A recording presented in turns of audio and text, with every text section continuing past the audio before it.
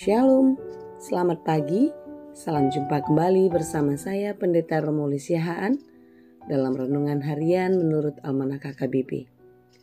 Apa kabar saudara? Semoga baik ya. Doa saya saudara tetap penuh semangat dan teruslah berpengharapan di dalam Tuhan. Hari ini kita telah memasuki akhir pekan dan kita percaya hari-hari yang telah kita lewati selalu dalam penyertaan Tuhan. Dan ke depan, kita pun tetap percaya kalau hari-hari yang akan kita lewati nanti, Tuhan pun akan selalu menyertai. Amin.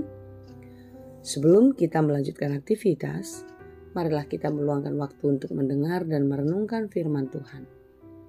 Karena memang hanya firman Tuhanlah yang menjadi penuntun hidup kita, yang memberi hikmat bagi kita untuk dapat mengerti setiap rencana Tuhan yang terjadi di dalam kehidupan.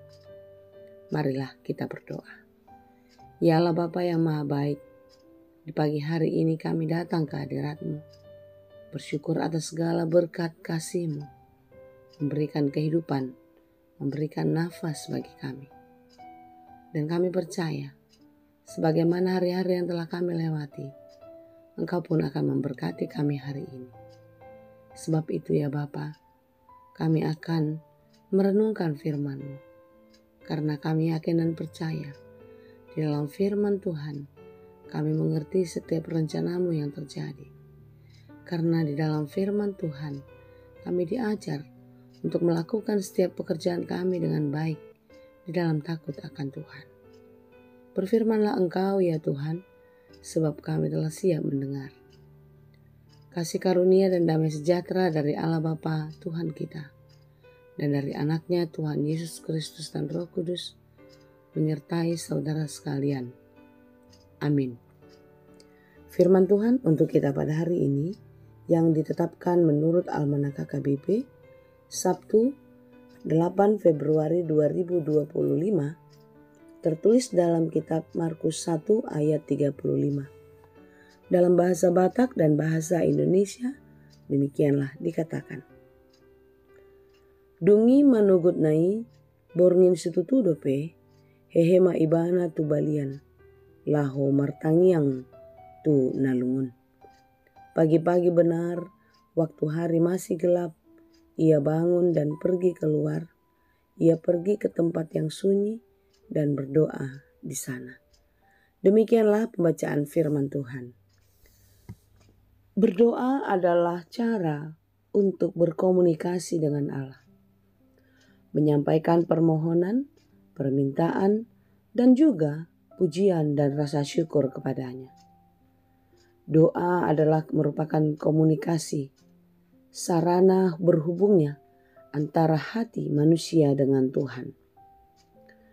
Dalam Alkitab, doa memiliki beberapa makna, yaitu bagaimana kita melakukan perintah Allah.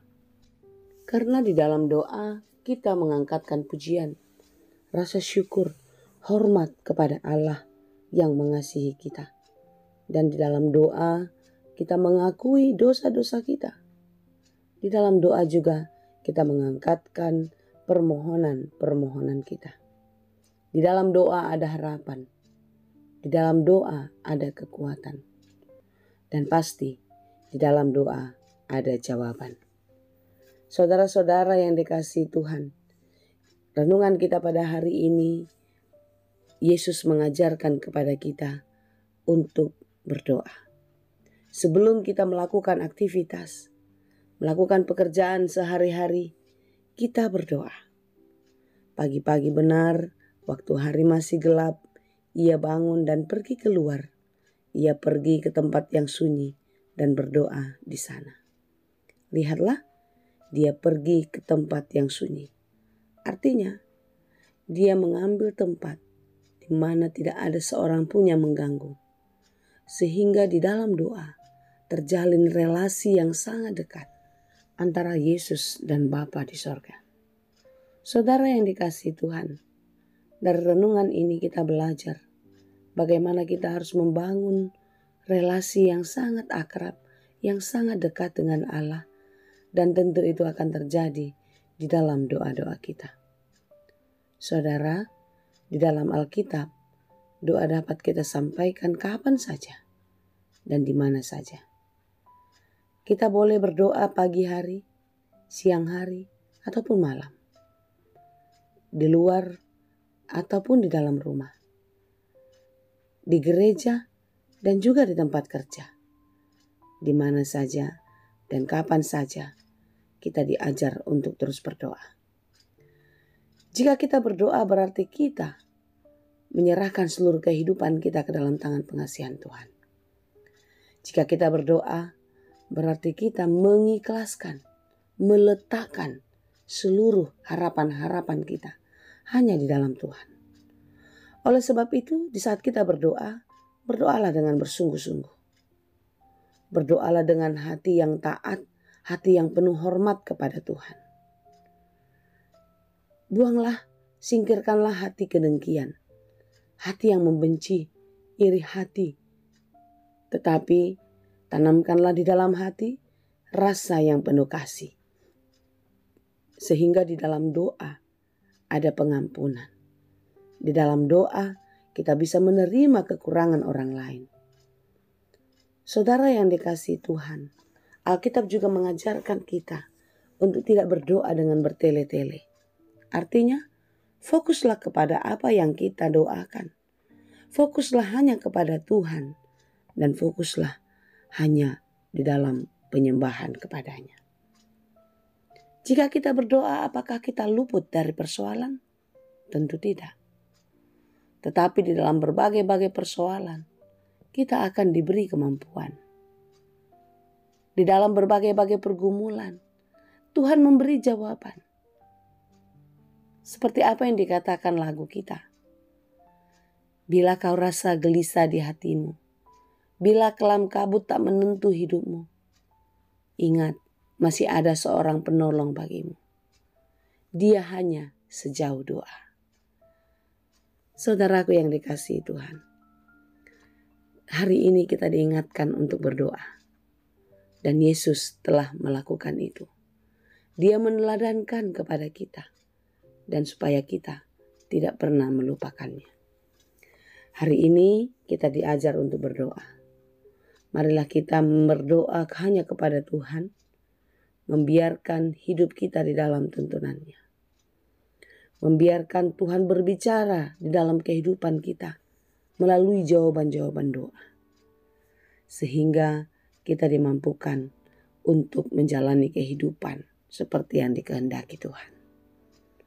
Berjaga-jagalah dan berdoalah. Itu yang diajarkan Yesus kepada murid-muridnya. Ketika mereka terlelap menunggu Yesus sedang berdoa. Saudara, jangan pernah berhenti berdoa. Karena iblis, kejahatan sedang mengaum-ngaum di sekitar kita. Dia mencoba untuk mencuri kita dari genggaman kasih Tuhan. Dia mencuri hati kita agar kita berpaling dari Tuhan. Oleh sebab itu, berdoalah senantiasa. Karena di dalam doalah kita mendapatkan kekuatan untuk menyangkal segala keinginan daging, untuk menyangkal segala keinginan-keinginan dunia. Dan kita dapat bertahan menjadi pribadi yang teguh di dalam iman. Kiranya Tuhan menolong dan memberkati kita senantiasa. Amin. Terima kasih Tuhan untuk firman-Mu hari ini yang mengingatkan kami untuk tetap berdoa di dalam kehidupan kami. Jangan biarkan kami mengandalkan diri, kekuatan, dan pengalaman kami. Tetapi hanya Engkaulah andalan kami. Sebab itu kami serahkan seluruh kehidupan ini ke dalam tangan pengasihan-Mu. Engkaulah yang menolong kami dan memberkati.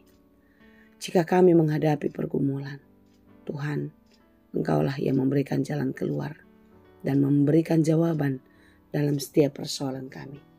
Karena kami yakin dan percaya hidup kami ada dalam genggaman kasih-Mu. Segala sesuatu yang terjadi dan bahkan yang akan terjadi, Engkau mengetahuinya. Sebab itu, kami serahkan seluruh kehidupan dan harapan-harapan kami ke dalam tangan pengasihan-Mu. Engkaulah yang memberkati. Di dalam Yesus kami berdoa. Anugerah Tuhan kita Yesus Kristus, kasih karunia Allah Bapa, dan persekutuan Roh Kudus Itulah kiranya yang menyertai dan memberkati kamu sekalian. Amin.